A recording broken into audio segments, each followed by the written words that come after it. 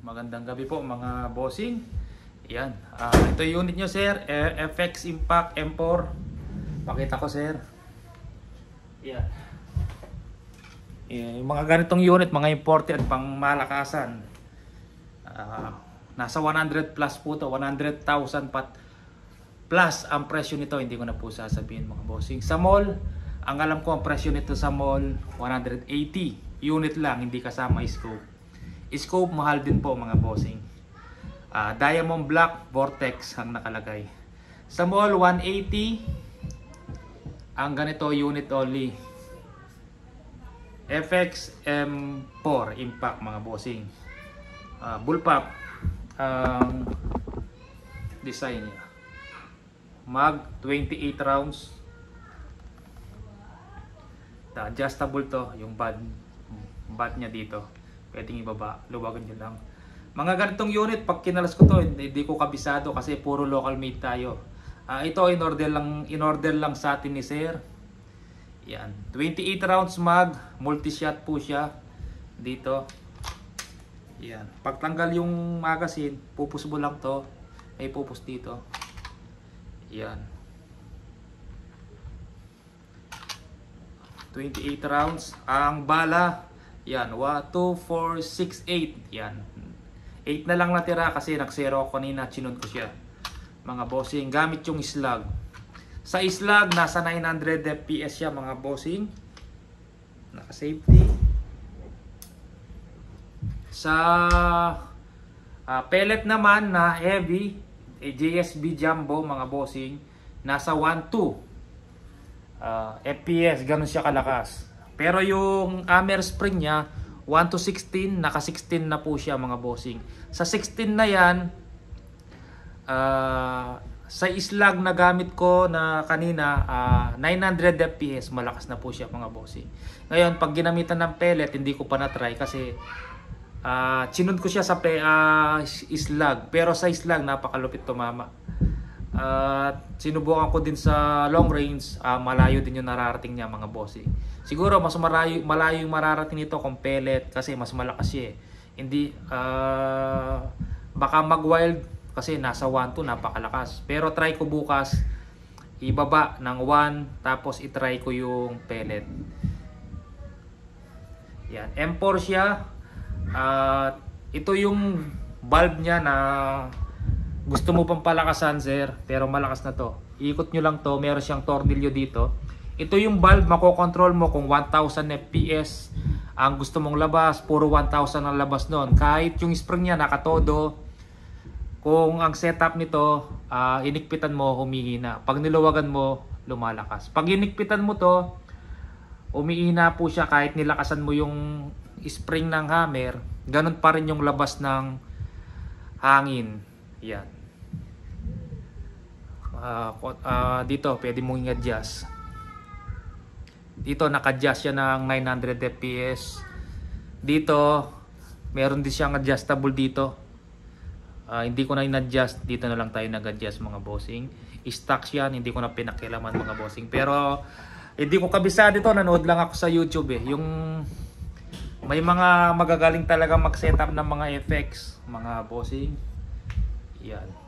Ang barrel nito, hindi ko nasukat kung ano nga ba, parang 24 ata mga bossing. Naiwan to mga bossing. Suppressor niya. Tapos ito, naka-shroud din siya. Nagre-reduce din ng ano yan, lakas. Pag pinutok mo siya, mahina lang, parang walang bala mga bossing, napakahina.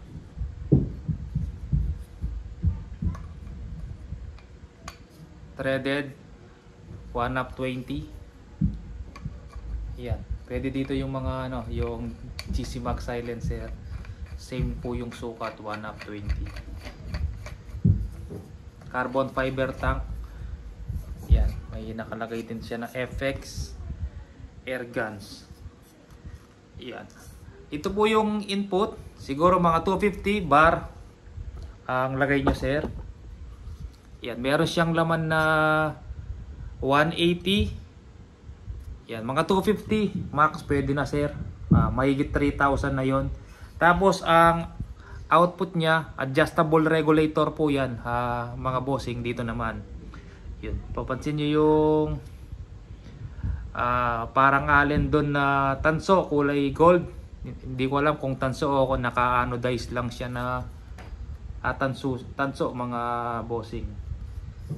Yan po yung adjustable ng output. Pero hindi ko na pinakialaman, nasa 1.5 or 1.6 yung output ng regulator niya. Stock po siya, hindi ko na pinakialaman mga bossing. Nakuha naman natin yung 900 fps sa slug. Tapos safety, safe, tsaka fire mga bossing. Yan. Yan, kulay niya gold tsaka black oh. Ang scope, medyo may presyo din to mga bossing. Ito po unit nyo sir. Turo natin paano lagay yung bala. Sa bala naman, dito sa mag niya mga bossing, ito 28 rounds. Ikot nyo lang to. Yan. Pag ginikot nyo, nandito na siya, pwede mo nang ukutin yung wide.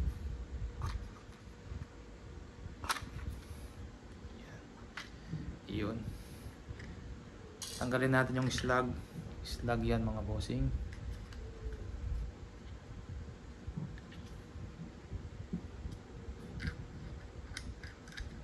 Yan, nahulog na. Slug. Paglagay sir, yan. Pag nakaganyan na, ikot nyo lang. Yan. Kita nyo, gumagalaw po siya. Ikot nyo lang. Yan. Pag naikot ng sagad, yan, sagad na siya. Pigilan nyo sa kamay.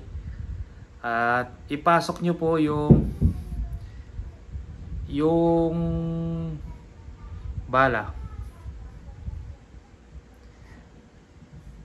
Dito sa butas. Itatapat nyo yan eh. Yan, hindi siya tapat. Itapat nyo. Doon. Yan. Tapat nyan sagad. Ipapasok nyo yung bala. Yan, baka lumusot sa kabila mga bossing ha. Pag yan. Tapos pag nakapasok na, pwede nyo nang bitawan. Tuloy-tuloy na po yan mga bossing. Lagay nyo. Tapos lagay nyo ito mga bossing. Yan. Pag nakalagay niya, i-lock nyo. Ilagay nyo doon. Yan, nakalock na siya. Nandito siya. Tapos pag ganun yung lagay niyan mga bossing, pakita ko. Ikakasa mo sir. Ayan, side lever po siya. Pag nakakasa na, nasa tapat nyo po yung transparent na yan. Yan, makikita nyo meron siyang parang patilos dito. Yan. Yan, maririnig nyo pag nag-lock mga bossing. Yun, pag pumutok na, tapos pagbalik mo, may bala na po yun. Loaded na po siya. Loaded na yun mga bossing, kasi pag may bala na yan, pag binalik mo to, yung pellet po sir, papasok na po yung isang pellet. Yan, may pindutan siya dito, gusto mong tanggalin. Yan.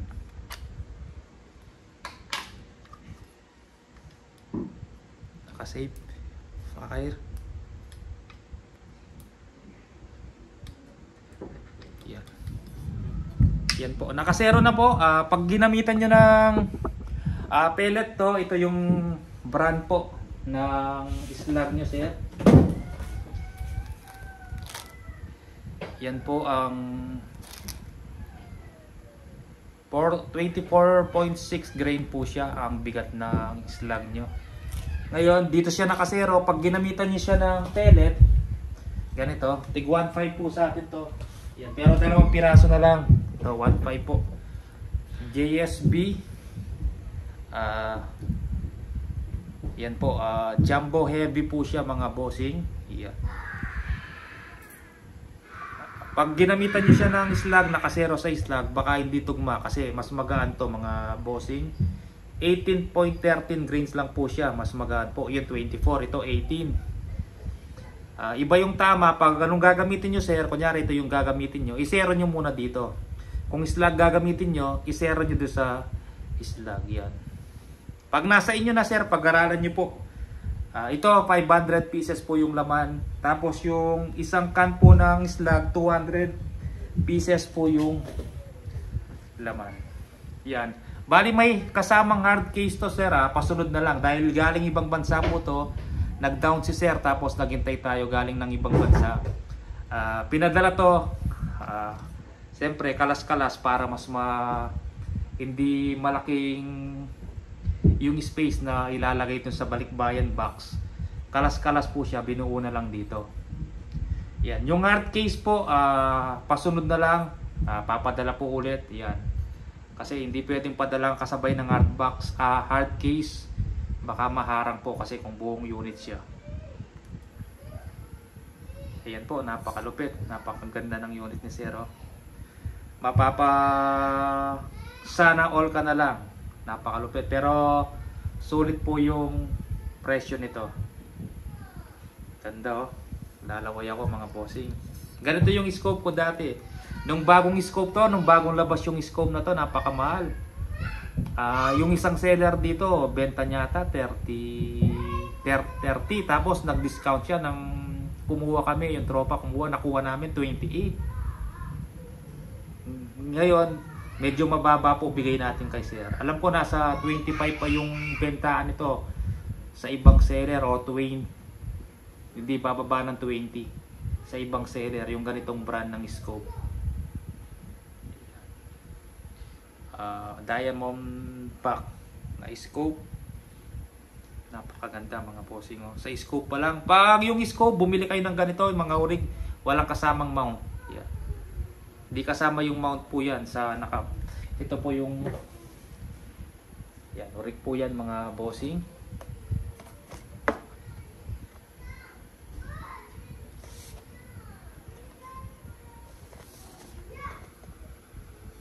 Tapos side focus scope, baka pag sinilip nyo sir, malabo, depende po sa layo. Nyari sumipat kayo, yan, babaril kayo, ikutin nyo po yung side focus.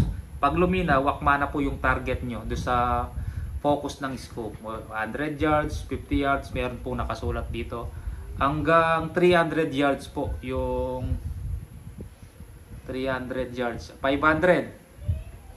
Ayan yung side focus niya. Pag bumaril kayo ng malayo, yan, ikot-ikutin nyo lang po hanggat luminaw yung scope nyo po. Pag malabo, hindi po akma yung focus niya doon sa sipat nyo. Kung gaano kalayo yung sinisilip nyo mga bossing. Yan. Tapos na tayo dito sa unit mga bossing. Yan. Power pleno mo. Tapos ang ganda ng gauge. Lupit mga bossing, sana all. Tapos ito yung ano nyo sir, e-pump, electrical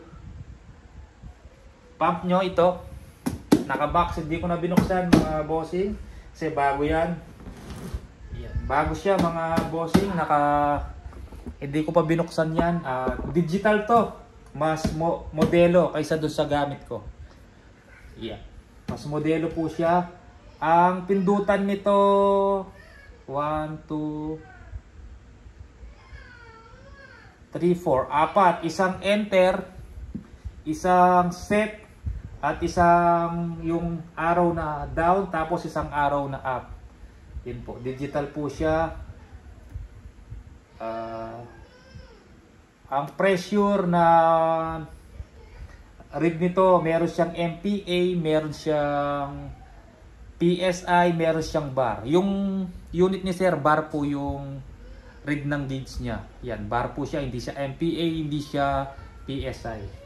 Yan, set mo yung, pindutin nyo yung set sir, yung set. Yan. Bilang ka lang ng 3. Yan, pag bilang ka ng 3, i-hold mo 1, 2, 3. Pwede mo nang i-set kung anong read na gusto nyo, kung MPa, PSI, o bar. Yan, 200 bar, kay ba't meron siyang auto shot. Kung gusto nyo, yan, pindutin mo ulit yung set, isi-set mo kung ilang bar bago siya uminto. Kunyari, sinet mo siya sa sa 250. Pag nag 250 na po, kusya siyang iinto. Yan, meron siyang auto shot mga bossing. Usang iinto. Yan. Sa pagbuo naman nito mga bossing, pakita ko yung yung electric pump ko dito na unang model pa to mga bossing. Mas modelo yung kay sir kasi ito hindi to digital. Yan. Tuturuan lang natin di sir paano gamitin. Itong hose na to mga bossing, dalawa to, itong puting ito. Yan, makikita ni sir meron naman pong manual dun sa box pero i-demo na natin kung paano gamitin. Itong dalawa siya up, isa sa taas, isa sa baba. Yung sa baba, yan, ito po. Dito nyo po ilalagay yung pump nyo. Ito po yung pump, yung sinasak. Yan, pump. Yung sa baba, yung sa taas, ito naman, ito yung dumadaloy, umiikot lang po yung tubig. Yan. Ito yung pag sinaksak mo yung pump, iikot siya, dito lalabas. Ito. Dapat medyo nakataas po to para nakikita nyo po talaga na lumalabas yung tubig. Saksak natin mga bossing. Yan. Pag sinaksak yan, makikita nyo yung tubig yan. Yan. Bago paandarin, mas paandaran muna, unang i-on itong pump niya mga bossing. Yan. Yan. Sa taas po to yung hose, dalawa yan. Tapos sa baba yung pump niya mga bossing. Tapos yung bleeder niya dalawa mga bossing, ito. Bleeder niya sir, ito. Yan, medyo hindi kasi tayo nagbablog ng ganito kaya medyo parang naglalag tayo mga bossing. Yan. Bleeder, dalawa po yan, kabilaan. Isa para sa moisture, pero yan. Ito, pag nagre-refill na kayo tapos na, i-release nyo po yung hangin. Pero, yan. Tapos ito sir, lagyan nyo ng tubig. Lagyan nyo ng yelo bago gamitin. Yan. Pero yung yung hand pump na yon bago, hindi pa nakalagay yung oil. Dito po yung oil niya mga bossing. Pag bago yon mga bossing, meron siyang takip na iba, hindi siya ganito. Pag tinanggal mo yon, lalagyan mo na siya ng oil. Hindi nyo bubuhos po lahat ng oil above the red dot. Meron pong dot yan para makikita mo yung oil, yung malinaw dito. Yan. Meron po siyang malinaw pag binuhos nyo yung oil above the dot, yung red dot. Tapos yung takip na nakalagay, papalitan nyo na po yun. Tatapon nyo na yun. Itong breeder rod nya, ito po yung lalagay nyo. Hindi na po kailangan ng tools, sa kamay lang po iikpitan to. Yan. Meron naman pong manual dun sa mga bossing. Yan, sa kamay lang. Yan, pag nakalagay na yung oil, ito po yung ipapalit nyo, yung takip na to. Sa kamay lang iikpitan yan mga bossing. Ayan, pag nasindi nyo na, umaandar na to, tapos meron na po siyang yelo. Yan, pwede nyo na pong iset kung ilang PSI, anong read ang gusto nyo, PSI, MPa, bar. Yan, kung yun, pinaliwanag ko na kanina mga bossing. At pwede nyo basahin sa manual, pwede rin po kayong manood sa YouTube sir. Yan, ganoon lang po.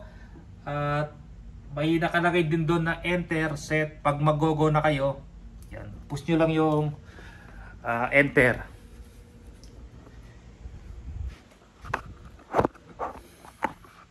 Medyo naguguluhan ako sa mga sinasabi ko.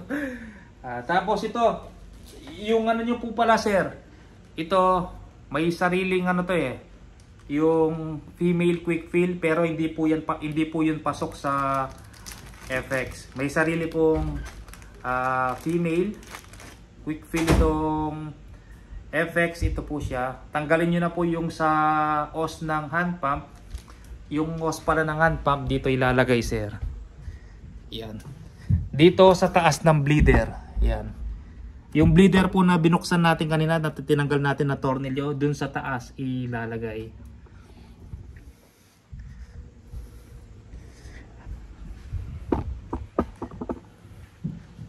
Bali po kasi yung mataba. Yung hose nito, yung female quick fill niya mataba, hindi siya papasok dito. May takip yan. Yan. Dito. Ito yung kasya, mga bossing yan. Palitan nyo na lang sir, ito yung ilagay nyo.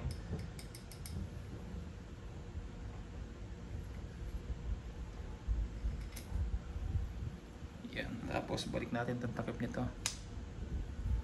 Yan, gano'n lang po. Pag may tanong pa kayo sir, ang sasagot yan si YouTube. Kasi alam nyo naman po mga bossing, puro local made tayo. Sa mga pangmalakasang unit, hindi pa natin masyadong kabisado. Pero pinaka number 1 po yan ng mga FX ng mga imported PCP. Ito yung kasama sa unit nyo sir. Dalawang ganitong pellet na exact na JSB, tapos 5 ganito na slug. Sunseed, meron po yung scope nyo sir. Ito yung sunseed ng scope nyo. Tapos ito yung pangpunas. Dito po nakalagay lahat sir, dito sa box. Yan. Sige po mga bossing, sa may gusto mag-order, pwede tayong magpa-uwi galing ng ibang bansa. Maghihintay lang kayo ng, siyempre maghihintay tayo ng 3 to 4 weeks bago dumating po yan. Pero ngayon, magdi-December, medyo matatagalan kasi pag magpapasko, marami ng mga nagpapadalang balikbayan box. Nade-delay po talaga dahil sunod-sunod po yung mga pinapauwing mga balikbayan box, mga nasa abroad. Yan. Sige po, sana may naintindihan po kayo sa pinagsasabi ko mga bossing, kasi ako din parang naguguluhan. Yan. Pero manood na lang po sa YouTube si Sir, kasi mga ganitong unit sa una, siyempre sa una hindi mo kapisado, hindi ka familiar sa mga ganitong unit. Siyempre habang tumatagal ma-master mo din yung mga ginagalaw dito sa mga unit, mga settings. Yan. Pag nasa yun ang unit sir, pag-aralan nyo po sir. At sa pagsipat ng scope, kung ilang mil dot ang i-adjust depende sa layo. Wala pong kahit sobrang lakas na unit, wala pong laging dead center. Pag sinero mo siya ng 20 meters tapos bumaril ka ng 100 meters dead center, hindi po. Paglabas pa lang ng bala, pababa na po yan. Bakit nagsero ako? 15 meters, bumaril po ako ng 15 meters, nagsero ako, bumaril ako ng 50 meters, sabi nung client ko. Doon sa MSG Mini, tumatama pa rin ako. Yan, ganun kaganda yung unit, sabi sa akin. Kahit nagsero ka ng 15 meters, bumaril ka ng 15 meters, kaya akala, zero pa rin. Kasi malaki yung target. Kunyari, target ganun kalaki. Bababa man yun, magdadrop ng konti. Kunyari, ito yung target mo, tumama, hindi mo alam yung bala tumama dito sa baba niya. Kaya tinamaan pa rin. Wala po kasing unit, kahit anong unit na airgun, paglabas ng bala, diretso yan. Hindi po, pababa na po yan. Pataas, pababa na po yan. Yan. 100 meters, siguro, tinry ko kanina, 2 mil dot, bumaksak na yung slug. 2 mil dot, yan. Basta pag nasa inyo po yung unit, pag-aralan nyo po mga bossing. Kasi depende po yan, yung mga nagtatanong sa akin, bossing, yung unit ko, ilang mil dot yun. Iba-iba po kasi yan eh. Depende sa lakas, hindi naman po natin nilalabas yan ng pare-parehas mga bossing. Pag nasa inyo na po yung unit, pag-aralan nyo po. Yan, kung kunyari, sisipat kayo, tansya nyo, nasa 100 yards. O nag-adjust kayo ng 1 mil dot, hindi tinamaan. Makikita mo yung impact ng bala kung sa tubig man, kung saan tumama, konti pa, 1 dot pa. Hanggat makuha mo, ganun lang po mga bossing, pag-aralan nyo po. At depende din sa lakas ng hangin. Iyan, mga bossing, napakasarap sa mata. Naglalaway ako mga bossing, ganda oh. Hindi naman siya kabigata, no? Sakto lang. Cyber Tactical, may nabibili dito, railings, alam ko. Sineset up din yan, may mga accessories din dyan na pang FX. Alam ko yung Cyber dito, pwede siyang lagyan ng bipod, Picatinny. Cyber Tactical, alam ko ang presyo nun 9.5 pero hindi ko alam kung kanino pwedeng bumili. Yan, 9.5, 10,000 yung nilalagay dito mga bossing. Tapos Donny LF na silencer pag mag-upgrade. Yan, mayroon mga Fatboy, presyo nun 8,000 to 10 to 12, ganyan. Silencer lang po yun mga bossing, yung mga Donny LF na silencer. Ito suppressor pero tahimik na po siya mga bossing. Yan. At wala na akong may ibang masabi kasi mga bossing, hindi ko masyadong kabisado yung unit nito. At sinun ko lang siya sa 900 FPS sa islag na bala. Yan. Nanood nga ako sa YouTube bago ko siya sinun kasi hindi ko alam pakilaman mga bossing. Umawak na ako ng ganito, nakabaril na ako dati M3 pero hindi po ako yung may-ari, pinagamit lang po. Ito mas modelo M4. Yan, M1, M2, M3. Alam ko meron ng bagong labas M5. Yan. Sige po mga bossing, maraming salamat po.